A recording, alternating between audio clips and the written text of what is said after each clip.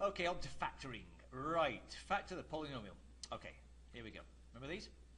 Right, this trinomial. Two parentheses.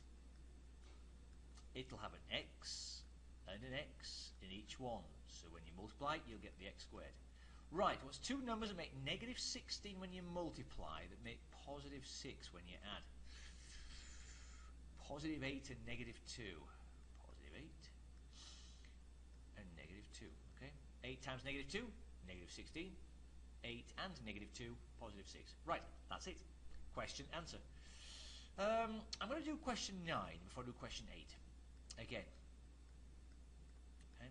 Now this, if you remember, is the difference of squares. Okay? It's a special, kind of special factoring problem. Difference of squares. How do you make 25x squared? 5x and 5x.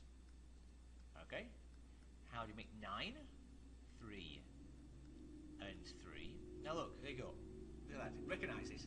They look identical parentheses, but if one's plus, one's minus, okay, the outer and the inner will cancel. Negative 15x, positive 15x, that's why it's just 5x times 5x is 25x squared, 3 times negative 3 is negative 9, okay? Right, the difference of squares. Okay, the harder one. Right, question 8. Now, there's two ways of doing it. If you look at your notes or videos from previous sections, this is either the AC method or trial and error. I just like doing the trial and error. Put a couple of parentheses. Okay, right. This could be, to get my 8x squared, it could be 4x and 2x, okay? 21 at the end could be, I don't know, 7 and 3. Or you could put the 7 there and the 3 there. But you're not going to get 17 from that in the middle when you foil it, okay? You won't get it. So what it is it's not 4x and 2x, it's 8x and 1x in each parenthesis. You have to trust me on this, alright? Try it for yourself. Okay, so I'll put 8x in one and just 1x in the other. Okay, 8x. Okay, again, that will give me 8x squared. 21. Right, 7 and 3 again. Now logically, I want to put it in that order. If I put 7 in the second parenthesis, the outer is going to end up being 56x. Can you see that? 8x times 7. It's way too big. Okay? So logically, I'm going for a bit educated guess. I'll do it like that. Okay, now look at this. The outer, that is 24x. 8x times 3. The inner is 7x. Now then, 24x and 7x is 31x, but 24x take away 7x is the 17x I'm looking for. So, if I make that positive, to get positive 24x, make that negative, to make negative 7x, I'll get the 17x in the middle, okay? Right, so those are kind of the tricky ones, but watch out for that on the test, okay? Remember, check by doing a FOIL. Last on factoring, 10. Now 10 is very similar to question 7, but you're going to solve it as well. So let's have a do this again. Right, there we go. Equals 0. Right, an x and an x in each one. Right, what's two numbers that make negative 84 when you multiply, positive 5 when you add, positive 12 and negative 5. Okay, positive 12 and negative 5. And that's just up to you. You've got to be just good at your multiplication tables. Right, now don't forget we haven't finished this. To make the zeros, x must equal negative 12. That'll make that parenthesis 0. Or x can equal 5. That will make that parenthesis 0. Okay? To write these answers in a nice fancy way, you do this. Negative 12, smallest one first, then 5. Okay? And that's how you would write the answer. Okay? Right, that's the factoring done. Okay, but I'm going to move on to this one because there's a lot of factoring in question 11. Multiply or divide as indicated. Right, this one, and this one. They're all just very similar to question 7, okay? Right, two numbers that make 10 when you multiply, 7 when you add. What's that? X plus 5. X plus 2, okay? Right, that's top left, bottom left. Two numbers, 20 when you multiply, 9 when you add. That's 5 and 4. Now straight away I can see the x plus 5s are going to cancel. Okay, so x plus 4. Okay, right, that's that lot done. Okay. By the way, I've seen some students think they go, oh look, that cancels. No, it doesn't. All right, you've got to factor these and then kind of cancel them. Okay, so gone, gone. Right, now watch. This is a division. You will turn the second one upside down, the reciprocal, and now call it a multiplication. All right, so I'm going to flip these, okay, to turn it into a multiplication problem, not a division problem. So again, we look at this. That's going to give me two numbers make 24 when I multiply. 10 when I add is 6 and 4. So x plus 6, x plus 4. There's another x plus 4. Okay, see, we've got one down here, haven't we? Right, now, this one here, it's not like the other three. It's just what's the greatest common factor of this. What can you factor out of those two terms? You can only factor out an x. What's left is an x plus 2. Be aware of that. I see a lot of mistakes on that bottom one there. Okay, people trying to do it, I don't know what way. Okay, this is where the fun starts. X plus 5, x plus 5, x plus 4, x plus 4, x plus 2, x plus 2. The answer is x plus 6 over x. Okay, x plus 6 over x. There you go. Okay, that's what's left. Right there. And again, don't cancel these x's. Okay, you can't. That's it. That's the answer. X plus 6 over x. Right. Okay, I'll call that it for that particular one. Okay. Right. Onwards. Okay. Perform the indicated operation. Right, this is like doing a couple of fractions, a subtraction, so we want the lowest common denominator. The only thing you can do for the lowest common denominator is combine these two together, okay? The lowest common denominator is an r with an r plus 4, okay? So we've got that. And minus, here's another one, r with an r plus 4. Horrible writing. Right, okay, so here's the original denominator. It's now this. Can you see that this is the extra little piece on the bottom, on the denominator? So therefore, I've got to stick it on the numerator as well. Okay, so to balance. Right, this was the original denominator. Looks like here's the new one. So this bit here, okay, there's an extra r plus 4 on the bottom, so I'll put an extra r plus 4 on the top. There we go. So we now have a common denominator. We can do this. The common denominator is r plus 4. Okay, just keep rewriting that. Now look at this. Distributive law here. We're going to do the distributive law right here just to clear this up. So right now we have a 5r. Okay. Now be aware of this. Remember, this is a negative 2 in front of the parenthesis. Negative 2 times r is negative 2r.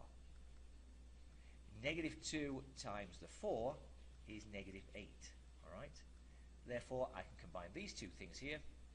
The answer is 3r minus 8 all over r plus 4. Okay? There you go. Okay, keep on going. Long division. Long division. Okay, remember how to set these up. Like a long division problem, you're going to do this. It is an x minus 2 being divided into a 3x squared minus 11x plus 3. So here we go. First term here, divided by first term there. What's 3x squared divided by x? If you need to write it, shoot to one side. 3x squared divided by x is 3x. I'll write it there, okay? Now remember, this is when you multiply back here and here, okay? So 3x times x is 3x squared. Remember, that first one will always be the same, okay? What's 3x times negative 2? That's negative 6x. So remember, this will go, there'll be no x squareds here. So, negative 11x, remember you subtract to find the remainder. Okay, if you want to subtract a negative 6x, that means you're going to add the 6x. So this is where I see common mistakes.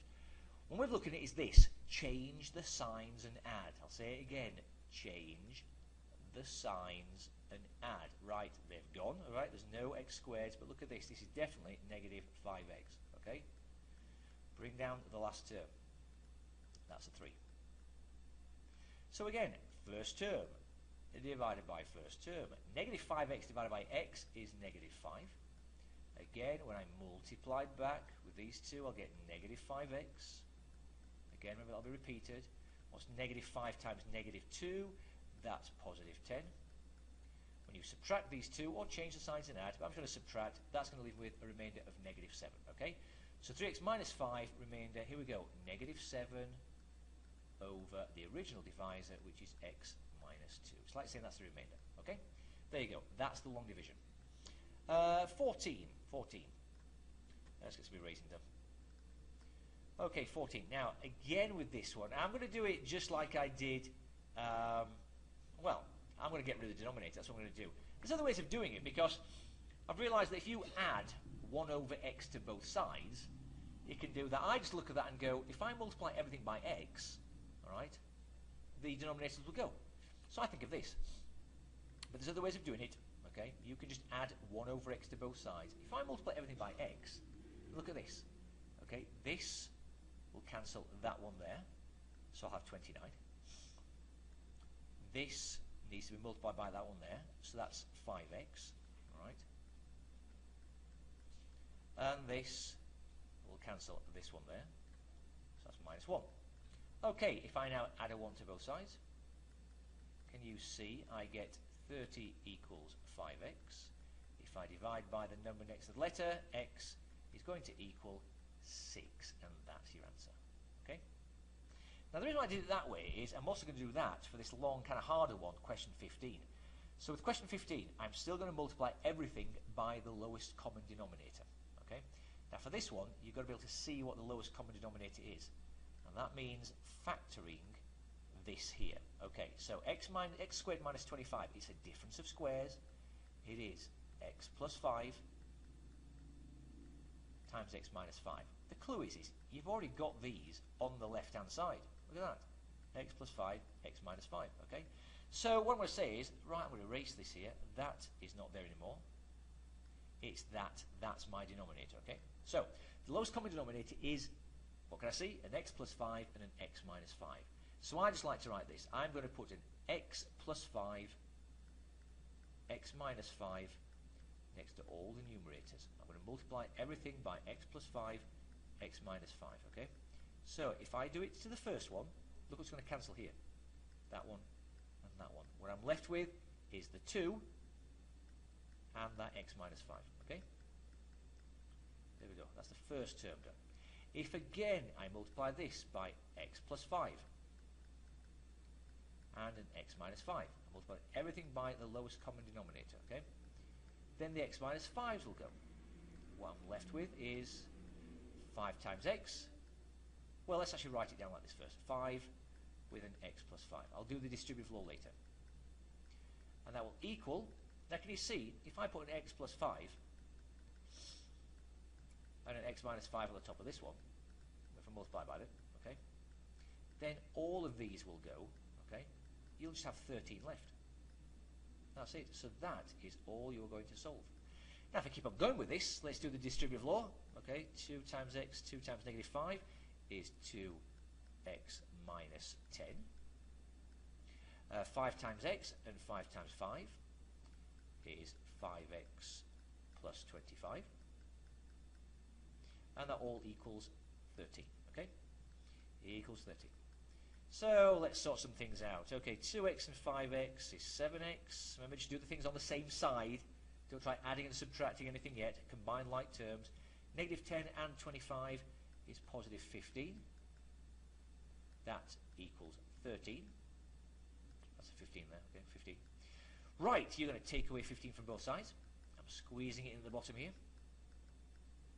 So that is negative 2, isn't it? So basically you've got this. 7x equals negative 2. So x equals, divide both sides by 7, negative 2 sevenths. Okay, there it is. That's the answer right there. So that's the hard one, okay?